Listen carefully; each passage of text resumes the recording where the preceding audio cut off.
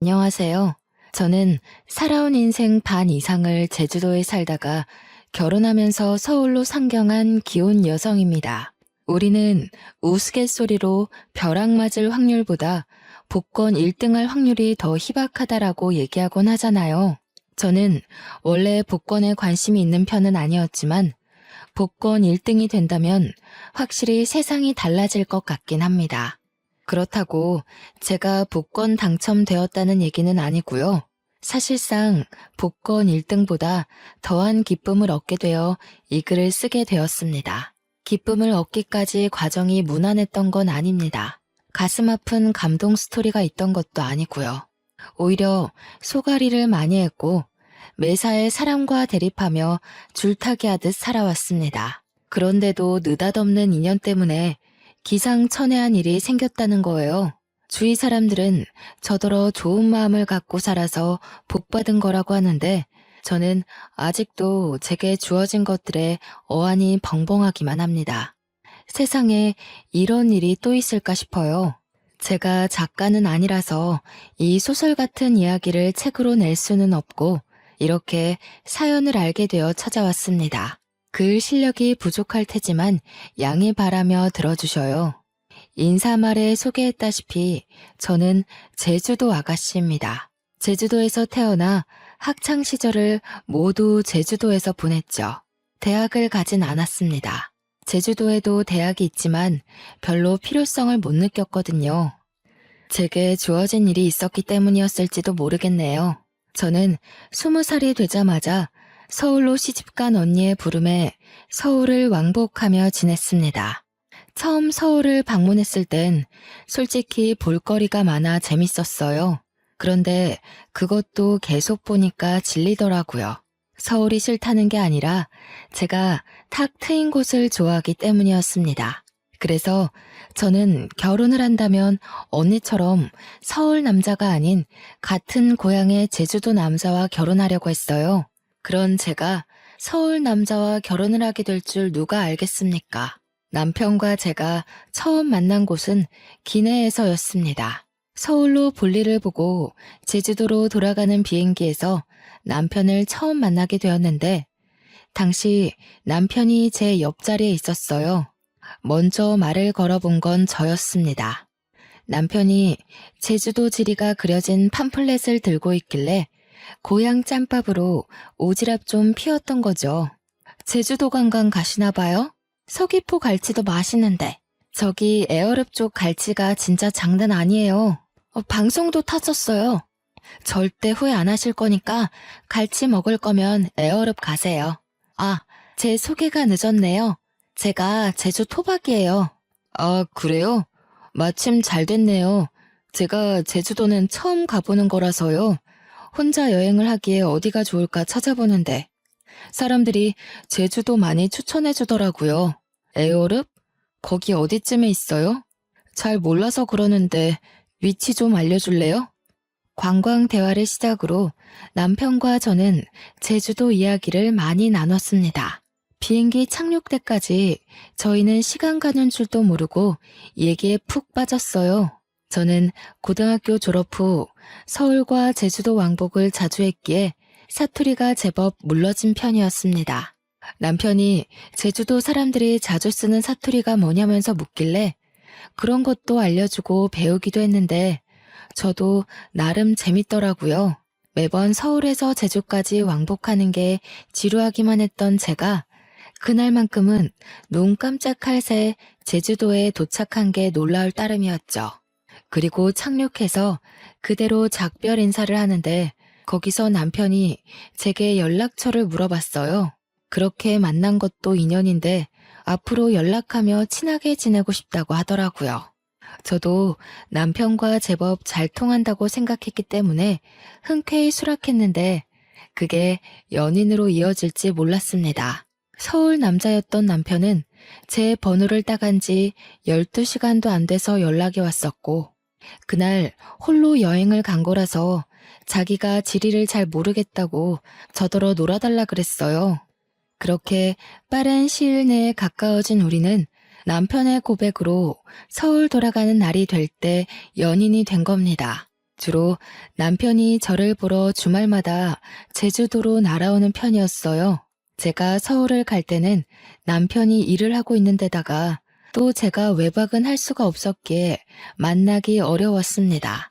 제가 서울을 자주 방문했던 건 친언니가 형부랑 같이 서울에서 오메기떡이 주재료인 카페를 하고 있었기 때문입니다. 친언니가 당시 임신을 하고 있었는데 애 낳으면 일에서 손을 놓을 거라고 했고 형부는 다른 사업을 시작할 거라면서 저더러 나중에 그 카페를 물려받으라고 인수인계 해주는 상황이었어요. 그러나 당장 카페에서 매일 일할 수 없었던 이유는 아직 제주도에서 친정 부모의 일을 도와줘야 하기 때문이었습니다. 아빠는 고기잡이 어부였고 엄마가 제주에서 오메기떡 장사를 했는데 저는 언니 카페에 물려받은 거라 굳이 공부를 안 했고 그 전까지만 엄마와 아빠의 일을 번갈아 가면서 도왔습니다. 언니의 오메기떡 카페는 엄마한테 배운 비법으로 서울 가서 장사하는 거였죠. 어쨌든 그렇게 남편이 주말에 제주도로 오면 하룻밤 자고 올라가고 그랬습니다.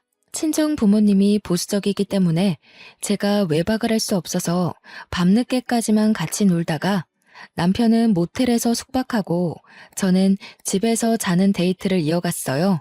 그러길 반복하다 보니 남편이 저더러 하루 종일 같이 있고 싶다고 저랑 있으면 생기가 돋고 즐겁다면서 결혼하자고 하는 겁니다. 당시 제 나이가 32살이긴 했지만 그때의 삶에 만족했기에 결혼에 대해선 생각도 해본 적 없었습니다.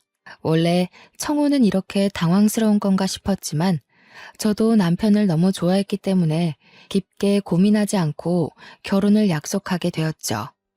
결혼의 시작은 합가였습니다. 제가 모은 돈이 적기도 했고 시모 말이 제가 살림을 할 줄 모르니까 합가부터 시작을 하라고 하더라고요. 남편은 저한테 결정권을 줬기에 제 대답이 곧 답이었는데 저는 시모의 제안을 수락했습니다.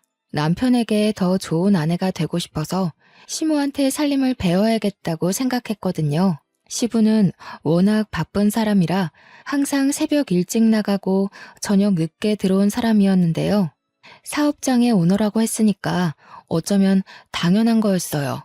그래서 시부는 제가 거의 얼굴 마주할 일이 별로 없었습니다. 거의 일주일에 3번 볼까 말까 했어요. 결혼식 때 말고는 인사도 제대로 나눠본 적이 없어서 효도하고 싶어도 기회가 전혀 없었어요. 남편은 시부를 너무 신경 안 써도 된다고 하더라고요.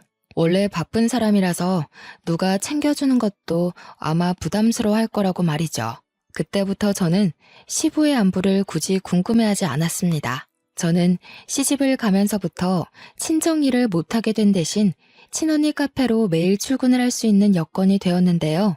이제부터 출근을 하겠다고 시모에게 미리 알렸더니 시모가 그것을 못마땅해 하더군요. 그걸 꼭 지금 다녀야 되겠니? 그리 급한 것도 아닌 것 같은데.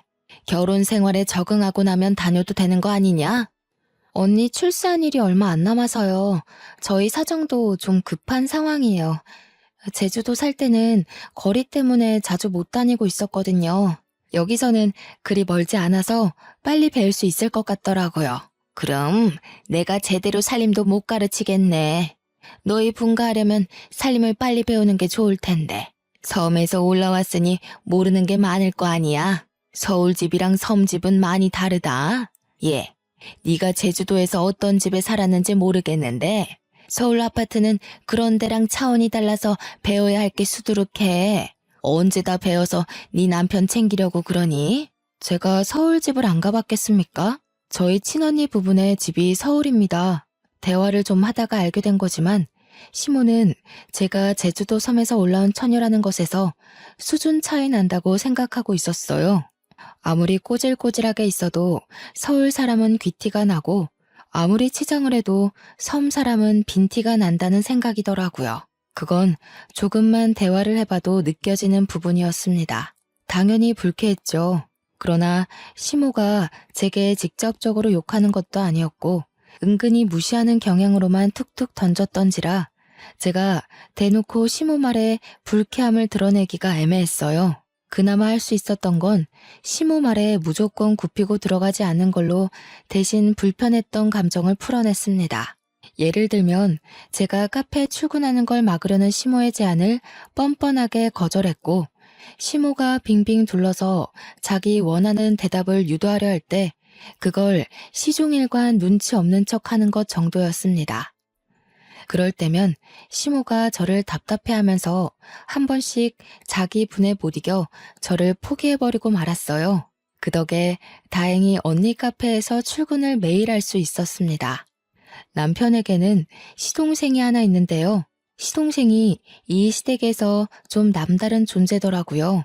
남편과 달리 우수인재 축에 속해서 진작에 유학생활을 하고 있었다고 하더군요. 남편은 공부머리가 뛰어나지 않아서 시부가 유학 제안을 했었지만 바로 거절했다고 했고요. 그래서 시댁은 다른 집과 다르게 희한하게도 장남보다 차남이 우대받는 입장이었습니다. 몰랐는데 시모가 제게 촌스럽다고 은근히 돌려서 서울 여자들이랑 비교했던 것처럼 남편한테도 은근히 시동생과 비교를 하지 뭡니까?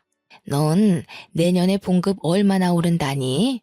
그래도 다닌 지 오래됐는데 이제 좀 확 오를 때 되지 않았나? 그놈의 쥐꼬리만한 월급 때문에 내가 다 답답하던데. 공무원이 올라봤자죠. 엄마가 생각하시는 만큼 오를 리 없으니까 그만 좀 물어보세요.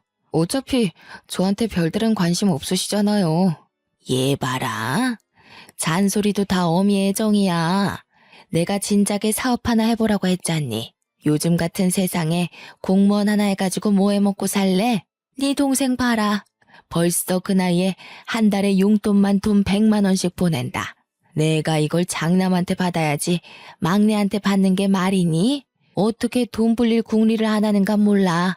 시댁에서는 시부도 사업을 하고 있었고 시동생도 사업을 막 시작해서 단번에 성장했다고 했습니다. 그런 집안에서 남편만 공무원으로 안정직에 있는 상황이었는데요. 어떤 집안에서는 공무원이 남편감으로 딱 좋다고 칭송하는데 시모는 돈이 확확 튀면서 졸부같이 사는 걸 좋아하는 것 같았습니다. 그렇다고 제가 친언니의 개인 사업을 물려받는 건 또 안 좋아했어요. 혹시라도 제 사업이 잘 돼서 자기네 식구보다 잘 나갈까봐 염려하더라고요. 무조건 자기 집에서 성공하는 사람이 있어야 된다고 보는 듯 했습니다. 남편은 내성이 생긴 건지 시모 말에 대강 대답할 뿐 별다른 감정을 드러내지 않았습니다. 옆에서 듣기만 해도 제가 대신 화가 나는데 정작 당사자가 가만히 있으니 제가 뭐라 나설 수는 없겠더라고요. 그래서 주로 뒤에서 남편을 위로해주기만 했습니다. 어머님 말 너무 신경 쓰지 마. 공무원은 뭐 아무나 되는 줄 아나? 내 친구는 공무원 시험 벌써 3번이나 떨어졌어. 공무원 경쟁률 장난 아닌데 어머님은 아무것도 모르면서. 나 신경 안 써. 원래 저런 사람이야. 나 때문에 당신이 신경 쓰는 것 같은데 당신이야말로 내 걱정은 마. 그래도 걱정해줘서 고마워. 당신이 옆에 있어서 내가 좀 숨 쉬어진다. 남편이 자기는 사춘기를 지나고부터는 시모의 잔소리를 그러려니 체념하고 산다고 했어요. 별로 타격도 없대요.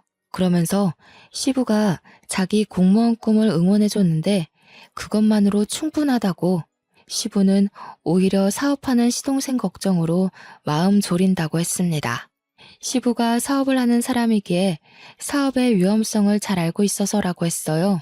자꾸 이렇게 자리 없는 시동생 얘기가 나오니까 결혼식에서도 본 적 없는 시동생이 문득 궁금해지더라고요. 남편한테 슬쩍 물어봤더니 남편 말로는 시동생이 똑똑한데 얼굴도 자기보다 잘생겨서 잘나긴 했다고 하더군요. 얼마나 잘났길래 시모가 저리 차별을 하는 건가 괜히 샘통이 났습니다. 그렇게 하가 생활 3년이 지났을까요? 그토록 궁금하던 시동생이 귀국한다는 소식이 들려왔어요.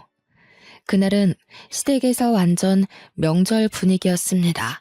시동생이 온다니까 저도 들뜨긴 했는데 한편으로는 남편이 걱정되는 겁니다. 시동생이 완전 한국으로 정착하러 온다는데 없는 사람과도 제 남편을 그렇게 차별했잖아요. 그런데 같이 살기까지 하면 얼마나 더 비교를 하겠어요? 불안과 호기심에 저는 그날 카페 일도 안 나가고 시모랑 같이 음식을 준비했습니다. 그렇게 저녁 시간이 되었는지도 모르고 진수성찬을 차리고 있었는데요. 퇴근하고 온 남편을 제가 반기기도 전에 시모가 먼저 잔소리를 해버리지 뭡니까? 너는 좀 일찍 맞춰서 공항까지 동생 좀 태우고 오지. 오늘 네 동생 오는 날이라고 했잖아. 애가 지금 비행기 오래 타서 피곤할 텐데 택시 타고 오는 중이란다. 공무원이 어떻게 일찍 맞춰요? 제가 월차 연차 낸 적은 있어도 어디 마음대로 일찍 퇴근하는 거 봤어요? 지난번에도 말씀드렸던 것 같은데요. 그러니까 말이다. 네가 진작에 사업을 해서 대표 자리 떡하니 맡고 있었으면 시간 구애받지 않았을 거 아니냐. 우리 집 남자들 사주는 죄다 사장인데 너는 누굴 닮아서 그렇게 도전 정신이 없니? 이쯤 되니까 저는 얼굴도 모르는 시동생이 궁금한 걸 넘어서 참 얄미웠습니다. 남편이 익숙해져 괜찮다고 했지만 어느 누가 비판받는 것에 적응이 되겠습니까? 아마 그건 마음속 관역이 닳고 닳아서 화살이 그냥 통과될 만큼 너덜너덜해진 걸 거예요. 마침내 시동생이 도착했고 초인종 소리에 시모가 불이 나게 달려갔습니다. 아이고 내 새끼 고생 많았다. 세상에 왜 이렇게 말라졌어? 밥도 제대로 못 먹고 일만 한 거 아니야? 요리하는 사람 좀 고용해서 끼니를 제대로 챙기지. 아무리 그래도 거기 음식 자체가 내 입맛에 안 맞더라고. 엄마가 해주는 밥 먹고 싶어서 죽는 줄 알았어. 그래서 더 빠진 건가? 근데 형은? 몰라. 동생이 왔는데 나와보지도 않네. 일단 손부터 씻고 와서 앉아. 엄마가 너 좋아하는 걸로 잔뜩 차려놨어. 남편이 퇴근한 뒤 아직 씻고 있었기에 남편 대신 제가 나가서 시동생에게 인사를 했습니다. 남편이 시동생을 잘났다고 엄청 자랑을 했었잖아요. 그런데 솔직히 실제로 보니까 제 남편이 더 잘나 보였어요. 일단 외적으로는 제 남편이 더 키가 컸고 체격이 좋았습니다. 시동생은 좀 마르고 허여멀건한 데다가 약간 멸치상이었어요. 공부 잘하는 괴짜처럼 생겼더라고요. 제가 우리 남편 와이프라서 남편 편을 들려는 게 아니고요. 정말 남편이 시동생을 한참 좋게 평해준 거였다니까요. 그러니까 제 눈에 시모는 시동생이 돈을 많이 벌어서 그거 하나만 가지고 좋아하는 것 같았어요. 형수님, 형한테 얘기 들었습니다. 듣던 대로 인상이 부드러우시네요. 형이 얼마나 형수님 자랑을 하던지. 저도 형수님처럼 좋은 여자 만나서 결혼하고 싶어요. 시모 때문에 시동생을 미리부터 미워하고 있었지만 막상 시동생을 만나니까 제가 얄미워했던 게 미안할 만큼 성격이 동글동글하고 좋더라고요. 그 순간 누구한테도 해보지 않을 불평이었는데도 시동생을 욕했던 제 자신이 부끄러웠습니다. 시동생이 이렇게 살가워서 남편이 시모가 시동생을 편애해도 그리 칭찬하고 감쌌나 봅니다. 그렇다는 말은 시댁에서 남편을 싫어하는 사람은 시모뿐이라는 거잖아요. 왜 그럴까 곰곰이 생각하게 되다 보니 문득 남편과 시동생이 안 닮았다는 걸 알게 되었습니다. 실례인 걸 알지만 저도 모르게 그걸 식사 자리에서 말해버렸더니 분위기가 싸해진 거 아니겠습니까? 질문을 한 건 저인데 당황한 것도 저였습니다. 아무도 제 말에 답을 안 하고 침묵만 흐르던 그때 가장 먼저 입을 연 건 시동생이었어요. 형수님 모르셨구나. 형, 우리 집 얘기 형수한테 말 안 했어? 그래도 결혼까지 했는데 형 사정은 알고 계셔야 되지 않나? 아, 뭐 좋은 일이라고. 나중에 상황 봐서 얘기하려고 했지. 미리 말 못해서 미안해 여보. 내가 밥 먹고 나중에 따로 설명해 주던가 할게. 남편은 그 뒤로 몇 숟가락 뜨지도 않았는데 자리에서 일어나 버렸습니다. 제가 따라서 일어나려 했는데 시동생이 제게 말을 걸더라고요. 남편이 나중에 말해주겠다던 개인 사정 이야기였어요. 듣자 하니 시부가 시모와 결혼 생활을 하는 동안 다른 상간녀를 만나 가진 아이가 남편이라 하더라고요. 그럼에도 시모가 남편을 자식으로 받아들인 건 그 당시 시모는 난임 판정을 받았기 때문이었고, 비록 남의 애지만 시부를 무척 사랑했기에 용서하고 남편을 자기 자식으로 인정했다고 했습니다. 그러다 몇 년 뒤 기적처럼 시험관에 성공해 태어난 사람이 바로 시동생이었다고 했어요.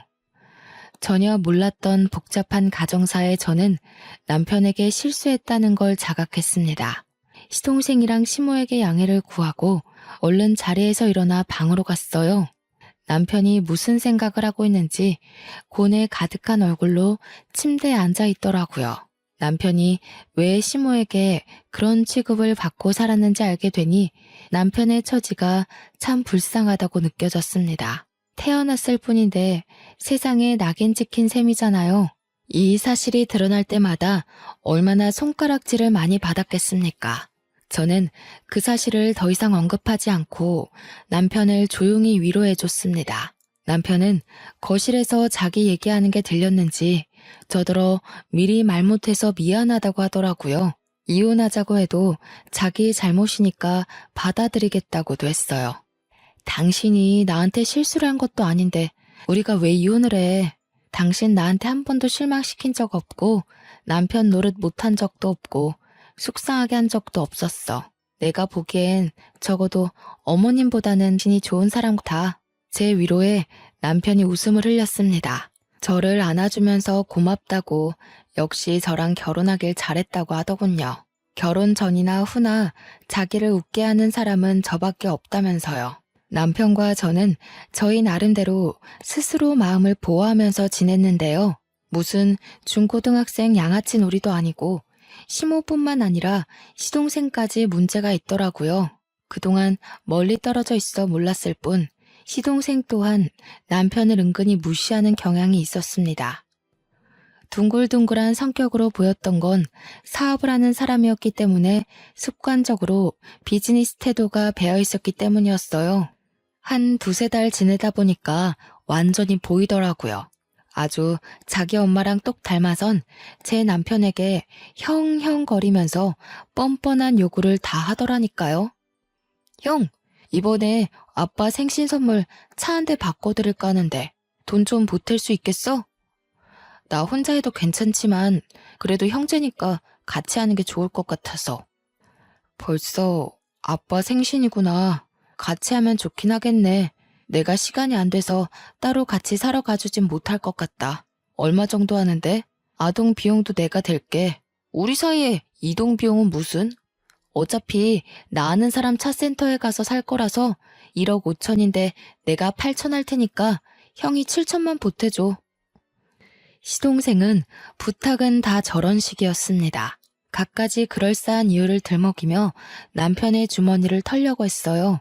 그럴 때마다 남편은 할 수 있는 선에선 보탬이 되었지만 저렇게 몇 천이나 보태어야 하는 일엔 매번 고개 숙이며 미안하다고 하는 게 사과하기 일쑤였습니다.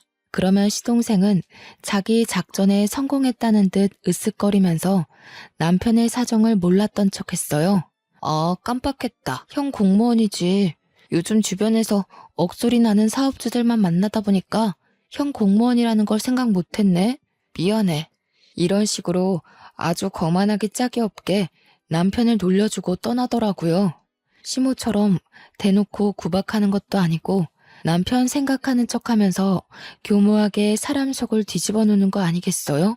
남편 말로는 시동생이 큰돈 만지는 사람이다 보니까 진짜 자신의 주머니의 사정을 깜빡해서 그러는 거라고 생각했는데 제 눈에는 아무리 봐도 시동생의 괘씸한 고의로 보였습니다.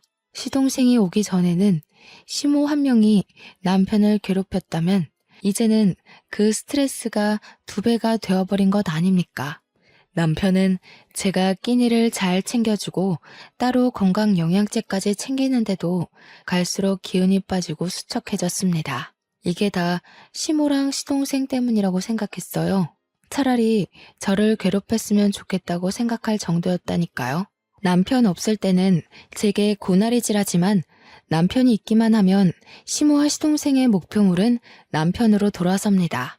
제가 뒤에서 남편에게 위로하고 챙기는 것도 한계가 있었어요. 남편에게 제가 별다른 힘이 되어주지 못하는 것 같자 저는 남편에게 우리 그만 분가를 해보는 게 어떻겠냐고 제안했습니다. 우리 대출 받아서 분가하자. 같이 모으고 있던 돈까지 합치면 작은 집 정도는 구할 수 있잖아. 당신 이렇게 기운 없어지는 거 못 보겠어. 이대로면 나 당신 말도 안 듣고 어머님이랑 도련님한테 싸움 걸지도 몰라. 저는 제주살이를 하면서 어릴 때부터 아빠와 엄마의 직장을 놀이터처럼 놀러 다녔다 보니 진상인 사람들을 익숙하게 봤습니다. 그때마다 제가 부모님 지키겠다고 7살 어린 나이에 어른에게 주먹질을 하고 그랬어요. 그래서 부모님께도 많이 혼이 났었어요. 혹시라도 제가 다른 데 가서 사고를 칠까봐 걱정해서였겠죠. 오랜만에 진상인 사람들 만나니까 과거에 들끓던 에너지가 올라오는지 저는 정말 시모랑 시동생과 다툼을 일으킬 것 같았어요. 남편을 위한 것도 있지만 제가 살기 위해서라도 분가를 하고 싶었습니다. 남편은 생각해보겠다고 하더니 하루 뒤에 바로 긍정적인 답변을 주었어요. 그 뒤론 망설이지 않았습니다. 하루라도 빨리 시모와 시동생을 남편과 떼어놓고 싶어서 저녁 식사 자리에서 얘기를 했어요. 저희가 분가를 하겠다고 시모에게 알리자 역시 예상했던 대로 시모는 돈도 없는 것들이 살림 동낼 생각 있냐고 성질을 부렸습니다. 버는 사람 따로 있고 쓰는 사람 따로 있어? 혹시라도 우리한테 손 벌릴 생각이면 말하라. 지금 애비랑 동생이 돈 잘 번다고 콩고물 좀 떨어지지 않을까 생각하나 본데 절대 그럴 리 없다. 우리가 알아서 할 거니까 엄마는 신경 쓰지 마세요. 손 벌릴 생각 없으니 분가할게요. 아버지한텐 제가 따로 연락드리겠습니다. 왜 그래 형? 내가 와서 불편해서 그래? 그럼 그냥 형이 있어. 내가 따로 독립할게. 형 돈도 없으면서 왜 굳이 바보 같은 짓을 해? 이럴 때면 진짜 나이 거꾸로 먹는 것 같다. 바보? 시동생의 섬나는 발언에 저는 남편의 아내로서 더 이상 듣고만 있을 수 없었습니다. 그래서 저도 모르게 제주살이 하면서 억세졌던 성격이 불쑥 튀어나와 버렸지요. 다들 돈 하나름 쥐어줘 보거나 그런 말씀들 하세요. 맨손에 맨입으로 돈 없네 마네. 남의 주머니 사정 놀리지 마시고요. 그렇게 돈이 많으면 좀 뿌려보시든가요. 그래야 우아하면서 입 벌리고 부러워하기라도 하죠. 맨날 말로만 떵떵거리지 큰돈 만진다는 게 진짠지 아닌지 알 수가 있나? 뭐라고요? 형수님, 무슨 말씀을 그렇게 하세요? 아무리 섬 구석에서 덜 배우고 컸다지만 저도 엄연히 시댁 사람입니다. 말 가려주세요. 공무원이라고 무시하는 요즘 세상에 시댁 사람, 친정 사람이 어딨대요? 지금은 명절도 안 챙기고 다들 여행 가기 바쁜 시대예요. 시댁 사람은 무슨? 어머, 얘가 오늘따라 왜 이러니? 너 약 먹었어? 그게 무슨 말버릇이야? 세상에 어느 며느리가 너처럼 어른 앞에서 입을 함부로 놀린다니? 어머님도 그러시는 거 아니에요. 어머님 친구 없으시죠? 제가 볼 땐 사람들이 어머님이랑 대화 조금 해도 다 떨어져 나갈 것 같은데. 그래서 더 돈으로 치장하고 사람들 마음 사려는 거죠?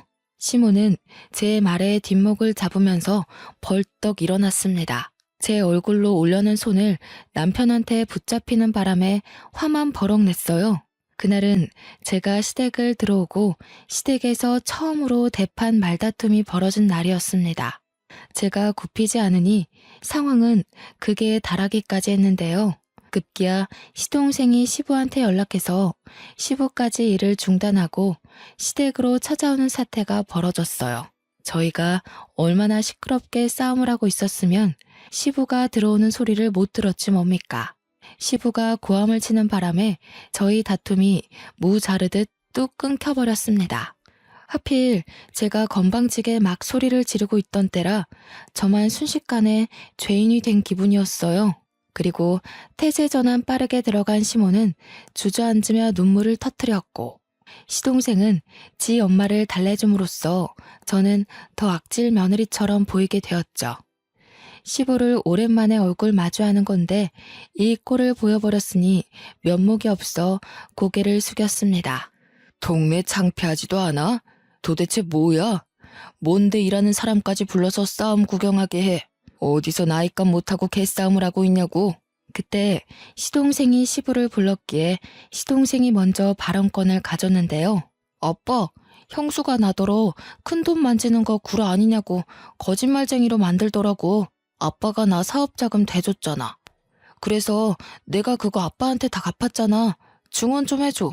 시부에게 혼나게 생겼다고 각오를 하고 있던 그 순간 시부가 시동생의 싸다구를 훅 날리는 거 아니겠어요? 찰진 소리에 모두가 깜짝 놀래서 숨을 죽였고 시모도 우는 척을 관두고 얼른 일어나 시동생을 살폈습니다. 절딱선이 없는 것. 내가 돈으로 잘난 체 하는 일 없도록 하라고 했지. 나는 아들이라고 봐주는 것도 없다. 철없이 굴면 바로 호적에서 제명이야. 어디서 사업하는 사람이 함부로 허세를 부려? 왜 애 얼굴에 손을 대요?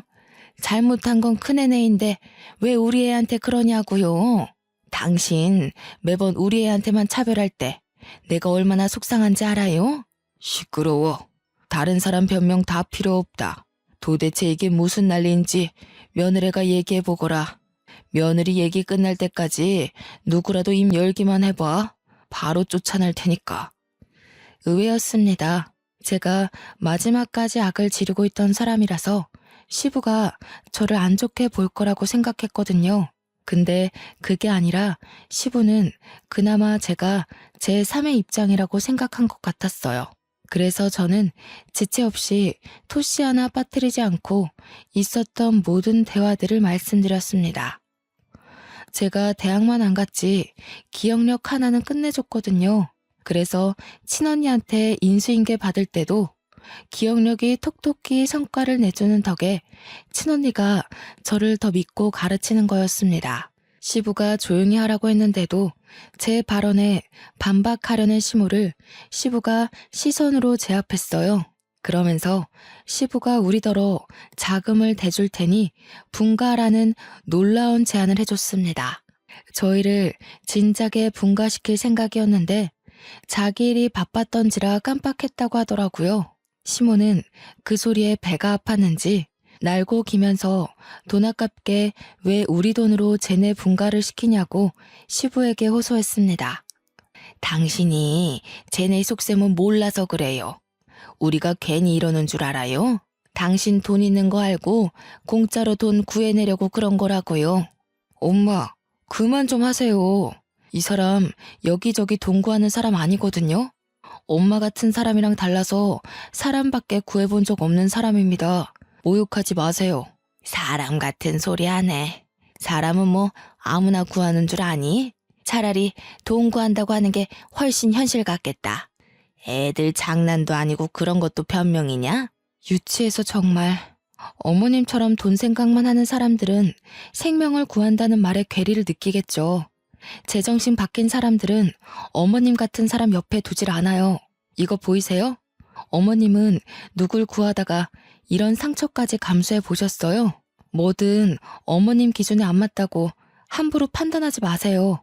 시모에게 눈에는 눈, 이에는 이로 공격하다 보니 저도 모르게 숨겨놨던 흉터를 드러내게 되었습니다. 유치한 다툼인 걸 알지만 시모 화를 복돋는 데는 이만한 공격이 없더라고요. 제 흉터를 보고 시모가 살짝 흠칫하긴 했지만 또 자기만의 해석으로 맞대응을 하려고 했는데요. 그때 시모를 밀치고서 시부가 제 앞을 차지해오는 거 아니겠습니까? 설마 며느리야? 그 상처 어떻게 다친 거야? 어디서? 언제 그렇게 됐어? 너 제주도에서 살았다고 했었지? 설마 그게 그 흉터랑 관련이 있니? 예? 이건 제주도에서 한 13년 전인가? 아빠랑 같이 낚시 나갔다가 우연히 물에 빠진 사람을 구했었는데 그때 다쳤어요. 네가 구했다는 사람이 혹시 연령 좀 있는 아줌마였어? 키가 좀 작고 분홍색 셔츠에 빨간 긴 치마를 두르고 있지 않았니? 어머, 아버님께서 그걸 어떻게 하셨어요? 그 아줌마랑 아시는 분이에요? 설마 아줌마 위급하실 때 옆에 계셨던 분이 아버님이셨어요? 13년 전 일이라 기억이 가물가물할 수 있지만 제가 기억력이 좋은 편이라고 했잖아요. 그래서 그때 제가 구한 아줌마의 인상착의를 기억하고 있었거든요. 제가 가까운 배 위로 아줌마를 올리자마자 누가 신고를 했는지 이미 해경이 빠르게 당도했었고 그 정신없는 상황에서 저는 시부 얼굴까진 확인하지 못했습니다. 저도 다쳤던지라 해경의 도움을 받아 병원에 가버렸기도 했거든요. 시부는 저의 증언에 충격 먹은 표정을 하고 있더니 곧 제 손을 꼭 잡았습니다. 그 이후 시부가 줄줄줄 얘기해주는 사실에 놀란 건 오히려 저희 쪽이었어요. 알고 보니 제 남편의 친모였던 아줌마가 시한부 인생을 살고 있었는데 유행을 한다고 제주살이를 시작했었대요. 바다가 보고 싶다는 아줌마 말에 시부는 배까지 빌려서 아줌마와 같이 바람을 쐬었는데 시부가 잠시 자리를 비운 사이 배가 흔들렸고 그 바람에 아줌마가 바다에 빠졌다고 하는 겁니다. 우연히 거길 지나갔던 사람이 바로 저와 아빠였던 거예요. 아빠랑 배낚시를 하고 있던 저는 당시 고등학생이었는데 제가 먼저 그 상황을 먼저 목격했거든요. 그래서 물에 빠진 아줌마를 보자마자 망설임 없이 뛰어들었어요. 그런데 아줌마를 건져 올리는 과정에서 바위에 세게 부딪히는 바람에 다리에 커다란 생채기를 내고 말았죠. 피가 뚝뚝 떨어지는 와중에도 저는 사람을 구하느라 정신이 없었고 뒤늦게 달려온 아빠가 제 다리를 살폈습니다. 그 상황에서 아마 시부는 아줌마를 살리기 위해 인공호흡을 하고 있었던 걸로 기억해요. 정신이 없던 와중에도 시부는 제 다리에 난 상처를 유심히 보았나 봅니다. 시간이 흘렀는데도 상처를 보고 단번에 기억을 떠올리다니. 그 당시 제가 아줌마를 살렸지만 원래 아줌마는 시한부였기 때문에 4달 후 사망했다고 합니다. 그러면서 아줌마가 죽기 전에 자기를 살렸던 저를 꼭 만나고자 했다고 방방곡곡 찾으려고 했다는 거였죠. 그런데 저를 찾기란 쉽지가 않았고 아줌마는 결국 저를 만나보지 못하고 세상을 떴답니다. 충격적인 과거를 읊어주면서 시부는 눈물까지 흘렸습니다. 내가 너를 얼마나 찾았는데 이렇게 바로 옆에 있는 줄도 몰랐구나. 내가 지질이도 바보였다.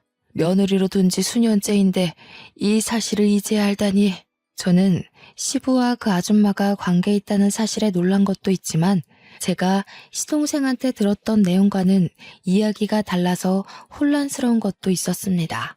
그러니까 시부의 상간녀 스토리는 제대로 알고 보니 시모가 전부 거짓말로 지어낸 스토리였어요. 원래는 시부가 시모가 아닌 아줌마랑 먼저 혼인한 사이였는데 이미 몸이 안 좋은 채로 결혼을 강행했던지라 아줌마는 일부러 시부와 혼인신고는 하지 않았다고 했고 아이를 낳고서 더 악화된 건강 때문에 제주도를 가게 되었다고 합니다. 그리고 제주살이 한 지 한 달 만에 그 사고를 당해 아줌마의 컨디션은 급속도로 저조했다고 해요. 자기의 죽음을 예감한 아줌마는 시부한테 빌게 된 소원이 하나 있었는데 그게 바로 시부의 재혼이라고 했답니다. 시부와 아줌마는 서로 많이 사랑하는 사이여서 아줌마가 시부 혼자 남겨진 걸 가장 걱정했대요. 그래서 꼭 재혼을 했으면 좋겠다고 했다지 뭡니까. 시부가 서류상에는 첫 결혼으로 보이겠지만 사실상 시모와 재혼을 했던 거였습니다. 시부는 아줌마의 마지막 소원을 들어주기 위해서 당시 아줌마의 요양보호사로 있던 시모와 계약 결혼을 했고 아줌마는 그걸로 이제 시부 걱정 않고 마음 편히 눈을 감았다고 했어요. 이 사실은 남편도 처음 듣는 것 같았습니다. 한 여고생이 물에 빠진 자기 친모를 살렸다는 얘기를 시부한테 들은 적 있었던 남편은 그게 저라는 사실에 그저 벙쪄 있었더라고요. 그리고 다른 의미로 시모랑 시동생도 충격을 먹은 채 입을 다물고 있었어요. 그러니까 결과적으로 지금 제게 시모인 저 사람이 아줌마의 요양보호사라는 거잖아요. 대단한 사모님인 척하던 저 아줌마가 원래는 우리 남편처럼 월급쟁이였다는 거 아닙니까? 어이없어서 웃음이 나왔는데 이런 뒷이야기는 시동생도 처음 알았나 봅니다. 자기 출생 비밀과 출신이 생각보다 형편없다고 생각했는지 자기 엄마한테 분노를 느끼고 있었어요.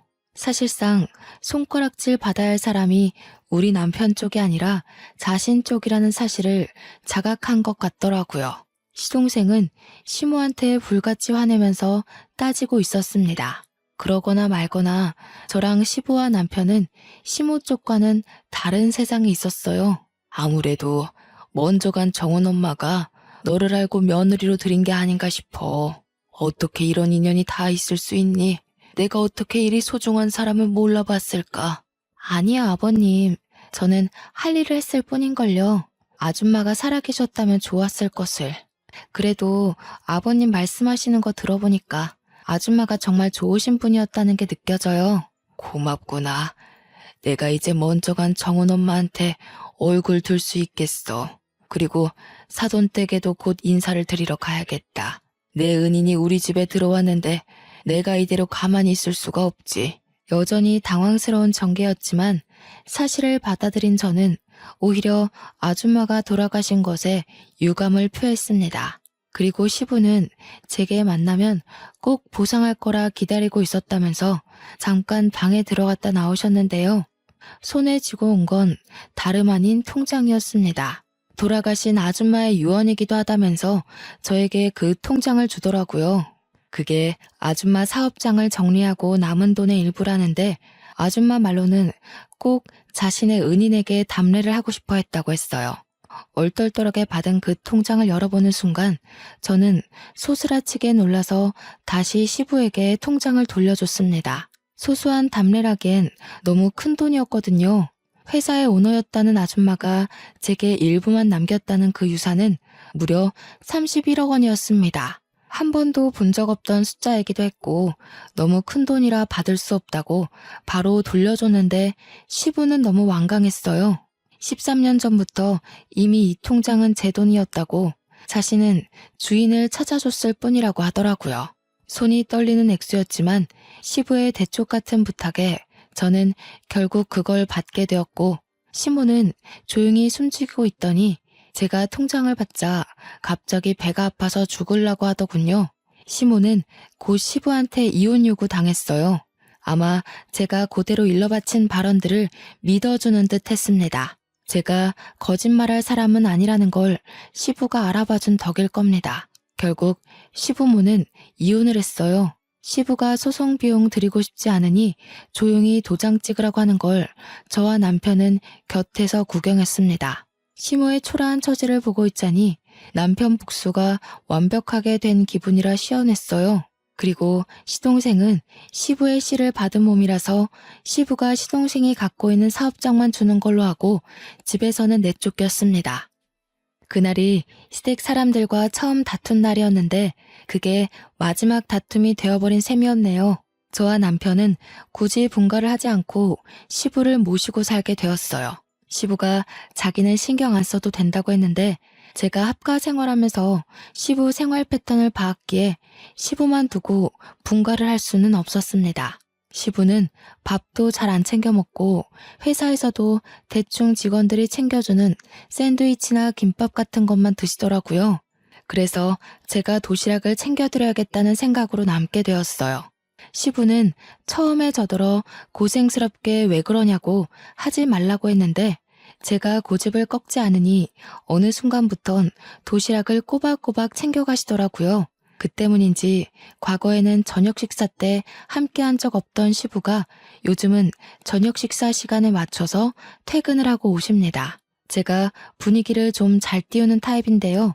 남편과 시부 앞에서 며느리 노릇 아내 노릇 톡톡히 하면서도 제 성격을 그대로 드러나니까 가끔은 시부가 개그맨이 따로 없다고 하세요. 칭찬인지 모르겠지만 시부랑 남편이 웃는 게 좋으니까 좋게 생각하려고요. 그리고 저는 31억 받은 돈에 손을 조금 댔는데요. 친정 부모님께 집을 하나 해줬고, 언니랑 형부네에도 집 하나 해줬고, 남은 돈은 적금 들어놓았어요. 제가 원했던 결혼 생활이 어떤 모습인지 한 번도 생각해 본 적 없지만 다시 생각을 해보려고 한다면 딱 지금이 아닐까 싶습니다. 주위에 모난 사람 하나 없어서 그런지 세상을 바라보는 게 제 시선이 아주 둥글둥글하네요. 앞으로 손자, 손녀가 생긴다면 제 결혼 생활이 완벽하게 즐겁지 않을까 생각합니다. 다른 거 바라는 거 없고 그저 우리 식구들 전부 몸 건강, 마음 건강하게 잘 지내길 바랄 뿐이에요. 제 복권 1등 같은 사연 어떠셨나요? 이거 복권 당첨이라고 해도 되겠죠? 저희 식구가 받은 행운처럼 제 사연 듣고 계시는 청취자분들께서도 돈벼락 떨어지길 바랍니다. 감사합니다.